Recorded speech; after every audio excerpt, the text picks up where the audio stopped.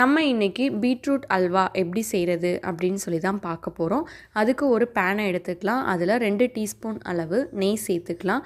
நெய் சூடானதுக்கப்புறமா இதில் 1 டீஸ்பூன் அளவு கேஷ்யூ, ரைசின்ஸ், கொஞ்சமாக பாதாமை க்ரஷ் பண்ணி அதையும் சேர்த்துட்டு அதை எல்லாத்தையுமே நம்ம நெய்யில் வறுத்து எடுத்துக்க போகிறோம். வேறு நட்ஸ் உங்களுக்கு பிடிக்கும் அப்படின்னாலும் அதையும் நீங்கள் நெய்யில் வறுத்து எடுத்துக்கலாம். இப்போது இது எல்லாமே வந்துட்டு ஓரளவு நல்லா ஃப்ரை ஆகிடுச்சு. இப்போ இதை வந்து ஒரு பிளேட்டுக்கு மாற்றிடலாம். திருப்பி அதே பேனில் இன்னும் கொஞ்சம் நெய் சேர்த்துட்டு நான் இன்றைக்கி 2 மீடியம் சைஸ் பீட்ரூட்டை எடுத்து தோல் சீவி இந்த மாதிரி துருவி வச்சுருக்கேன். அதையும் சேர்த்துட்டு நல்லா நெய்யில் வதக்கி விட்டுக்கலாம்.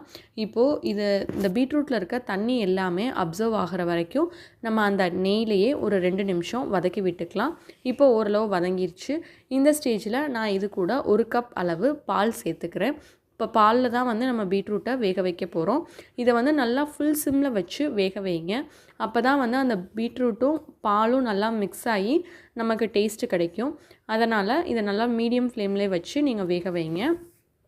இப்போ பாருங்கள், ஓரளவு நல்லா கொதிச்சு வருது. இதை அடிக்கடி வந்து கிளறி விடுங்க. அடி எதுவும் பிடிக்காது. ஆனால் நமக்கு அடிக்கடி கிளறி விட்டோம் அப்படின்னா பீட்ரூட் எல்லாமே அந்த பாலில் மிக்ஸ் ஆகிறதுக்கு ஈஸியாக இருக்கும். இப்போது இந்த பாருங்கள், நம்ம சேர்த்த 1 கப் பால் வந்துட்டு 1/2 கப் அளவுக்கு குறைஞ்சிருச்சு. இந்த ஸ்டேஜில் நம்ம இது கூட 1/4 கப் அளவு சர்க்கரை சேர்த்து மிக்ஸ் பண்ணி விட்டுக்கலாம். இப்போது இது எல்லாமே ஒன்றோட ஒன்று மிக்ஸ் ஆகி இன்னும் கொஞ்சம் வாட்டரி ஆகும் சுகர்லாம் உருகுனதுக்கப்புறமா. ஸோ இதுவும் வந்து இன்னும் நல்லா அந்த தண்ணி எல்லாமே குறையிற வரைக்கும் நம்ம சிம்லேயே வச்சு இதை வேக வைக்கலாம். தண்ணி எல்லாமே அப்சர்வ் ஆகணும். அப்போ தான் நமக்கு வந்து அல்வா கிடைக்கும். இப்போ பாருங்கள், தண்ணி எல்லாமே அப்சர்வ் ஆகி நல்லா திக்கான ஒரு பீட்ரூட் அல்வா வந்து ரெடி ஆகிடுச்சு. இந்த ஸ்டேஜில் நம்ம இன்னும் 2 டீஸ்பூன் அளவு நெய் சேர்த்துக்கலாம். நெய் சேர்த்துட்டு அதையும் நல்லா மிக்ஸ் பண்ணி விட்டுக்கலாம். இப்போது இது எல்லாமே நல்லா ஒன்றோட ஒன்று மிக்ஸ் ஆனதுக்கப்புறமா நம்ம வந்துட்டு ஃப்ரை பண்ணி வச்சுருந்தோம் இல்லையா, அந்த நட்ஸையும் இதில் சேர்த்துட்டு நல்லா மிக்ஸ் பண்ணி விட்டுக்கலாம். இது எல்லாத்தையுமே ஒன்றோட ஒன்று நல்லா மிக்ஸ் பண்ணி விட்டுக்கோங்க.